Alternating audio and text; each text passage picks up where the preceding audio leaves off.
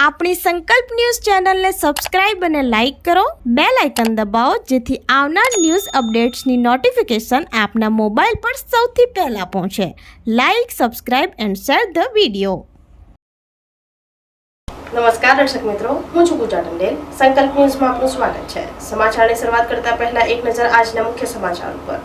વલસાડના નવા railway bridge ઉપર માટી ડસ્ટના ઠળ જામતા યુથ કોંગ્રેસ તગારા પાવડા સાથે પહોંચ્યા. ડસ્ટ સાફ નહીં કરવામાં આવે તો જવાબદાર કચેરી ખાતે ઠાલવી ઘેરાવ કરવાની ચીમકી ઉચ્ચારી.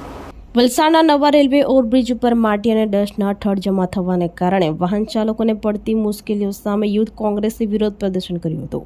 રસ્તાની બંને બાજુ આશરે 2 ફૂટ જેટલું માટી અને ડસ્ટ જમા થઈ ગયું છે. પ્રજાની વારંવારની રજૂઆતો છતાંય સમસ્યાનું નિરાકરણ ન આવતા યુથ કોંગ્રેસે સાંઈ લીલા મોલ નજીક અનોખો વિરોધ કાર્યક્રમ યોજ્યો. કાર્યકરો તગારા અને પાવડા લઈને સ્થળ ઉપર પહોંચ્યા હતા અને રસ્તા ઉપરથી માટી તથા ડસ્ટ દૂર કરવાનું શરૂ કર્યું હતું. યુથ કોંગ્રેસના કાર્યકરો એકત્ર કરેલી માટી અને ડસ્ટનો જથ્થો જવાબદાર અધિકારીઓની કચેરીએ ઠાલવવાની યોજના બનાવી હતી. જોકે ઘટનાની જાણ થતાં વલસાડ સિટી પોલીસની ટીમને તાત્કાલિક સ્થળે પહોંચી વિરોધ કરી રહેલા યુથ કોંગ્રેસના કાર્યકરોને ડિટેન કર્યા હતા.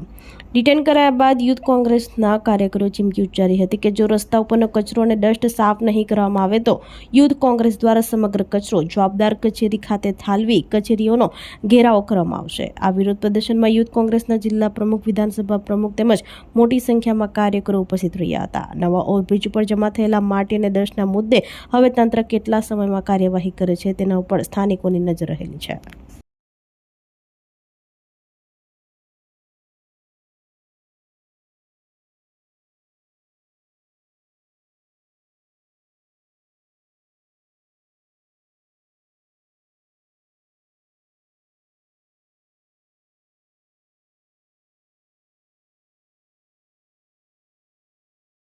આજરોજ વલસાડ જિલ્લા યુથ કોંગ્રેસ દ્વારા હાલમાં જે વલસાડમાં નવનિર્મિત બ્રિજ બન્યો છે, જ્યાં લાઇટની પણ અછત છે, લાઇટ પણ સ્ટ્રીટ લાઇટ મૂકવામાં આવી નથી, તેમજ બ્રિજ ઉપર ધૂળના થર જામી ગયા છે, જે ધૂળના લીધે અવારનવાર અકસ્માતો થઈ રહ્યા છે. તો અત્યારે ચોમાસાની સિઝન ચાલુ થઈ રહી છે અને આ દરમિયાન જો કોઈ અકસ્માત થાય અને કોઈનું મૃત્યુ થાય તો એનો જવાબદાર કોણ રહેશે? શું આરએનબી ડિપાર્ટમેન્ટ એની જવાબદારી લેશે? શું અહીં ઉદ્ઘાટન કરી ગયેલા નેતાઓ એનો જવાબદારી લેશે? અને સામાન્ય જનતા જ કાયમ શું કામ એનો ભોગ બની રહી છે? આ ધૂળ ક્યાં સુધી પબ્લિક આ ધૂળ ખાતી રહેશે અને પબ્લિક વારંવાર આ રીતના ભોગ બની રહ્યા છે? તો વલસાડ જિલ્લા યુથ કોંગ્રેસનો સખત વિરોધ કરે છે. આગામી દિવસોમાં જો આ ધૂળ સાફ નહીં કરવામાં આવે તો વલસાડ જિલ્લા યુથ કોંગ્રેસ દ્વારા આરએનબી ડિપાર્ટમેન્ટ તેમજ લાગતા વળગતા વિભાગને અમે ઘેરાવો કરીશું. આજે જે વલસાડમાં નવનિર્મિત ઓવરબ્રિજ પર જે આજુબાજુની સાઈડ પર જે ધૂળો જામી ગઈ છે, તમે જોઈ શકો છો 1-2 ફૂટ જેટલા ધૂળોના થર જામી ગયા છે. એના લીધે ઘણા બધા રાહદારીઓને અકસ્માત નડ્યા છે અને હાલ ચોમાસું બી આવી રહ્યું છે, એટલે જો પબ્લિકને નુકસાની નહીં થાય એટલા માટે વલસાડ જિલ્લા યુથ કોંગ્રેસ દ્વારા આજે ઓવરબ્રિજ સાફ સફાઈનો કાર્યક્રમ રાખવામાં આવ્યો હતો. પણ તમે જે રીતે જોયું, વલસાડ ભારતીય જનતા પાર્ટીની સરકારથી લોકોથી તો કામ થતું નથી, પણ જે કામ કરવા આવે તેને રોકવા માટે વલસાડ જિલ્લા ના ભારતીય જનતા પાર્ટીના નેતાઓ પોલીસને અગાડી કરે છે અને અમને ડિટેન કરવામાં આવ્યા. પણ ઘણા બધા પત્રકારો અને મારા દ્વારા સોશિયલ મીડિયાના માધ્યમથી અવાજ ઉઠાવવામાં આવ્યો હતો કે કરોડોના ખર્ચે જે આ સાફ સફાઈના રસ્તા સાફ સફાઈના મશીન લીધેલા છે તેનો ઉપયોગ વલસાડ નગરપાલિકા ત્યારે કરશે. આપણે ટેક્સ ભરીએ છીએ તો તેનો યોગ્ય વળતર મળવું જોઈએ અને યોગ્ય ઉપયોગ થવો જોઈએ. એ માટે આ કાર્યક્રમ વલસાડ જિલ્લા યુથ કોંગ્રેસ દ્વારા રાખવામાં આવ્યો. આગામી દિવસોમાં આરએનબી કચેરીનો ઘેરાવ કરવામાં આવશે અને આજે આ ધૂળો સાફ નથી કરવામાં આવી, પણ જો કાલ સુધી આ સાફ નહીં કરવામાં આવી તો આ ધૂળો અહીંયાથી સાફ કરીને આરએનબી કચેરીની બહાર નાખવામાં આવશે, જેથી કરીને એ લોકોને પણ ખબર પડે કે આ ધૂળ વલસાડની જનતા ખાય છે. જ્યારે એ લોકો ખાશે ત્યારે એ લોકોને ભાન પડશે કે આ ધૂળ ખાવાથી શું થાય છે. દમણના બેસલોડ સર્કલ ઉપર માછીમારની પ્રતિમા હટાવી સર્કલ સપાટ કરી દેવાતા અકસ્માતનો ભય. અત્યંત વ્યસ્ત ગણાતું બેસલોડ સર્કલ ઉપર વાહન ચાલકો ભારે મૂંઝવણમાં. તાત્કાલિક નવા નિર્માણની માંગ. સંઘ પ્રદેશ દમણ અત્યંત વ્યસ્ત ગણાતું બેસલોડ સર્કલ હાલ વાહન ચાલકો અને રાહદારીઓ માટે જીવન જોખમ બની ગયું છે. ગાવા જંકશન ઉપર દરિયામાં જાળ ફેંકતા માછીમારની આકર્ષક પ્રતિમા સાથેનું એક સુંદર ગોળાકાર સર્કલ અસ્તિત્વમાં હતું, પરંતુ કોસ્ટલ હાઈવેના ચાલી રહેલા નવીનીકરણ અને ભવિષ્યમાં નવા સર્કલના નિર્માણ હેતુ પ્રશાસન દ્વારા જૂની પ્રતિમાનું અન્યત્ર સ્થળાંતર કરી હાલ પૂરતું આખું સર્કલ સપાટ મેદાન જેવું કરી દેવામાં આવ્યું છે. દમણની વડચોકી, મસાલ ચોક, પાતલિયા અને કુંતા એમ ચારે મુખ્ય દિશાઓ તરફથી આવતો ભારે તેમજ હળવો ટ્રાફિક આ 4 રસ્તાઓ પરથી પૂરપાટ ઝડપે પસાર થાય છે. પરંતુ મુખ્ય સમસ્યા એ છે કે રસ્તાની બરોબર વચ્ચે સર્કલનું લાગતું કોઈપણ જાતનું ભૌતિક બાંધકામ, આઇલેન્ડ કે ટ્રાફિક સિગ્નલ ન હોવાને કારણે અહીં એક વિશાળ ખુલ્લી જગ્યા બની ગઈ છે. ચોક્કસ દિશા સૂચન કે ડાયવર્ઝન ન હોવાથી વાહન ચાલકો એક પ્રકારની ભ્રામક સ્થિતિમાં મુકાઈ જાય છે અને તેમને એ જ ગતામગ પડતી નથી કે વાહન કઈ જગ્યાએ અટકાવવું અને કઈ રીતે સુરક્ષિત ક્રોસિંગ કરવું, કયું વાહન અચાનક કઈ તરફ વળશે અથવા કઈ લેનમાં જઈ રહ્યું છે તેની કોઈ જ ત્વરિત જાણ થતી ન હોવાથી ટ્રાફિક વ્યવસ્થા સાવ ખોરવાઈ ગઈ છે. આ ડિસઇલ્યુઝન અને અંધાધૂંધીને કારણે અગાઉ અહીં અનેક નાના મોટા અકસ્માતો નોંધાઈ ચૂક્યા છે અને રોજિંદા ધોરણે અકસ્માતનું હાઈ રિસ્ક સતત ટોળાઈ રહ્યું છે. વાહનોની અનિયંત્રિત ગતિ અને સ્પષ્ટ સર્કલના અભાવે ભવિષ્યમાં કોઈ મોટી દુર્ઘટના સર્જાય કે નિર્દોષ લોકોના જીવ જાય તે પહેલા સ્થાનિક લોકો તેમજ જાગૃત નાગરિકો દ્વારા પ્રશાસન પાસે અહીં તાત્કાલિક ધોરણે નવા સર્કલનું બાંધકામ શરૂ કરવાની ઉગ્ર માંગ ઉઠી છે.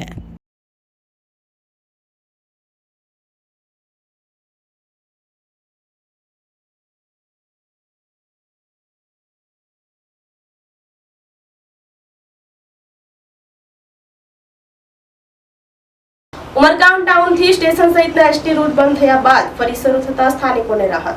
સોળસુંબા પાસે નવા ફ્લાયઓવરનો સર્વિસ રોડ સાંકડો હોય એસટી રૂટો બંધ કરવામાં આવ્યા હતા. ઉમરગામ ટાઉનથી ઉમરગામ સ્ટેશન સહિતના એસટી બસના રૂટો લાંબા સમયથી બંધ થતા આ રૂટ ફરી ચાલુ કરવામાં આવ્યો છે. સોળસુંબા પાસે નવા ફ્લાયઓવરનો સર્વિસ રોડ સાંકડો હોય એસટી રૂટો બંધ કરવામાં આવ્યા હતા. આખરે એસટી જાય અને એટલો માર્ગ ખુલી જતા આજે એસટી રૂટ શરૂ થતાં લોકોએ રાહત અનુભવી હતી.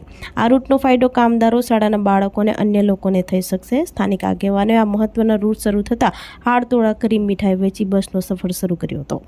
રિક્ષા ભાડાનો વધતા એસટી સુવિધા જરૂરી બની હતી, જે આજે શરૂ થતા આનંદનો માહોલ જોવા મળ્યો છે.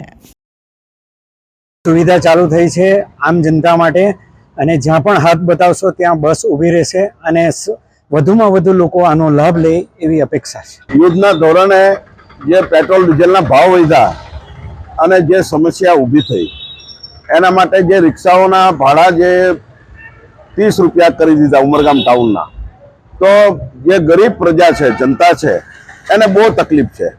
એના માટે અમે બધાએ સાથે મળીને બધાએ પ્રયત્ન કર્યો અને સાંસદ સભ્ય શ્રી ધવલભાઈ પટેલ, અમારા માનનીય ધારાસભ્ય શ્રી રમણભાઈ પાટકર, એમની પાસે રજૂઆત કરી અને બધાએ મળીને બધાનો સાથ સહકારથી આ બસની સેવા મળી છે. અને જે પણ અહીંયાથી ગમે ત્યાં તમે રસ્તામાં પણ ઊભા રહેશો, આ બસને હાથ બતાવશો એટલે ત્યાં બસ ઊભી રહેશે. જય હિન્દ, જય ભારત, અસ્તુ. વલસાડ જિલ્લામાં વિરામ બાદ ફરી મેઘમહેર થતા વાતાવરણમાં ઠંડક પ્રસરતા લોકોમાં ખુશી. વલસાડ જિલ્લામાં વિરામ બાદ ફરી મેઘરાજાની એન્ટ્રી જોવા મળી હતી. વલસાડ સહિત આસપાસના વિસ્તારમાં વહેલી સવારથી વરસાદી માહોલ જામ્યો હતો. જિલ્લામાં વરસાદ ફરી શરૂ થતાં લોકોમાં ખુશીનો માહોલ જોવા મળ્યો હતો. હવામાન વિભાગ દ્વારા વલસાડ જિલ્લામાં વરસાદની આગાહી કરવામાં આવી હતી. જિલ્લામાં હજુ વાવણી લાયક વરસાદ ન પડતા વરસાદ ઉપર નપતા ખેડૂતોમાં ચિંતા વ્યાપી જોવા પામી છે. હવે સતત વરસાદની ખેડૂતો રાહ જોઈ રહ્યા છે. વલસાડ શહેર અને જિલ્લાના વિવિધ વિસ્તારોમાં વરસાદ પડતા માર્ગો પર પાણી ફરી વળ્યા હતા અને સવારે શાળાએ જતા વિદ્યાર્થીઓ નોકરિયાત તરફ છત્રી રેનકોટ લઈને નીકળ્યા હતા. વલસાડ જિલ્લામાં વરસાદી માહોલ સર્જાતા વાતાવરણમાં ઠંડક પ્રસરી જવા પામી હતી.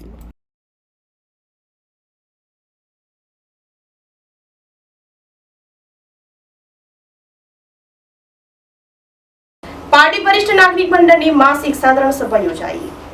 સેવાભાવી સભ્યોનું સન્માન અને શૈક્ષણિક સહાય ચેકના વિતરણ કરાયા. પારડી વરિષ્ઠ નાગરિક મંડળની માસિક સાધારણ સભા યોજવામાં આવી હતી. આ સભામાં મંડળના સેવાભાવી સભ્યોનું સન્માન અને શૈક્ષણિક સહાય માટેના ચેકના વિતરણ કરવામાં આવ્યા હતા. પારડી વિશ્વનાથ મહાદેવ મંદિરના બાજુમાં આવેલ વરિષ્ઠ નાગરિક મંડળના કાર્યાલયમાં વરિષ્ઠ નાગરિક મંડળની માસિક સાધારણ સભા મળી હતી. આ સભામાં મંડળના પ્રમુખ એન કે દેસાઈ, ઉપપ્રમુખ મહેશભાઈ દેસાઈ, મંત્રી પ્રફુલભાઈ લાડ, ખજાનચી દલપત ચાપાનેરી સાથે મોટી સંખ્યામાં ભાઈ બહેનો ઉપસ્થિત રહ્યા હતા. આ સભામાં મંડળના સેવાભાવી ભાઈ બહેનો કે જેમણે મેડિકલ સાધનો લેવા માટે અને અન્ય એક્ટિવિટી માટે સહાય આપી હોય એમનું સન્માન કરવામાં આવ્યું હતું. 4 વિદ્યાર્થીઓને ચેકોના વિતરણ કરવામાં આવ્યા હતા. મંડળના સભ્યોના જન્મદિવસની ઉજવણી કરવામાં આવી હતી અને દરેક સભ્યને ગિફ્ટ આપવામાં આવી હતી. આમ ઉત્સાહપૂર્વક વરિષ્ઠ નાગરિક મંડળની માસિક સામાન્ય સભા યોજાઈ હતી. એનું એક જીવતું જાગતું ઉદાહરણ છે. એમની કામગીરી ખૂબ જ આત્માથી લઈ છે અને એનો ખાસ એમને કામોના પ્રયત્નથી વધારી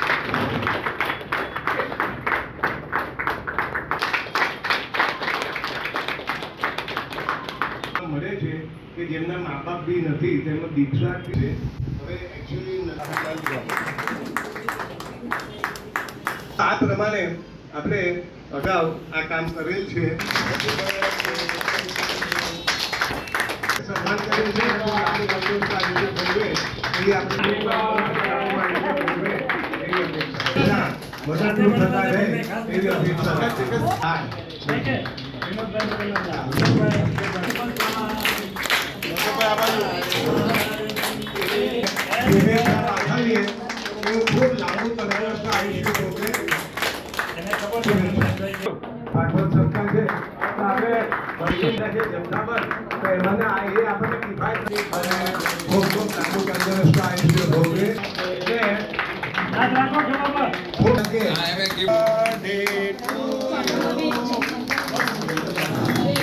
રોજ વરિષ્ઠ નાગરિક મંડળ જિલ્લા પાયડે અમારી માસિક સભા રાખવામાં આવી હતી.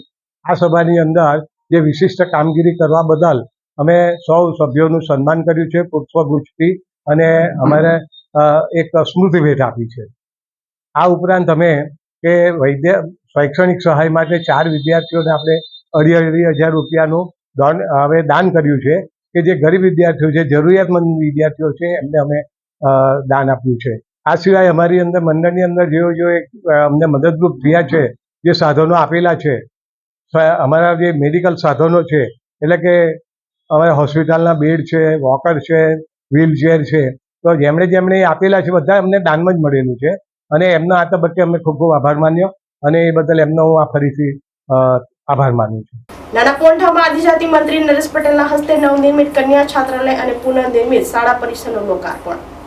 ટ્રાઇબલની સમસ્યાઓમાંથી બહાર આવવા માટે શિક્ષણને ખૂબ જ પ્રાધાન્યતા આપવાનું કાર્ય પ્રધાનમંત્રીએ કર્યું હોવાનું જણાવતા મંત્રી આદિજાતિ વિકાસ, ખાડી કુટીર અને ગ્રામ ઉદ્યોગ તેમજ વલસાડ જિલ્લાના પ્રભારી મંત્રી નરેશભાઈ પટેલના હસ્તે નાના પોંઢા તાલુકાના ખુટલી ખાતે શ્રી જનતા જનાર્દન કેળવણી મંડળ વાળોલી તલાટ સંચાલિત શ્રી વૃંદાવન આશ્રમ શાળાના સ્વર્ગસ્થ બાપુભાઈ નવસુભાઈ રાઉત શિક્ષણ સંકુલના નવનિર્મિત કન્યા છાત્રાલય અને પુનઃનિર્મિત શાળા પરિસરનું લોકાર્પણ કરવામાં આવ્યું હતું.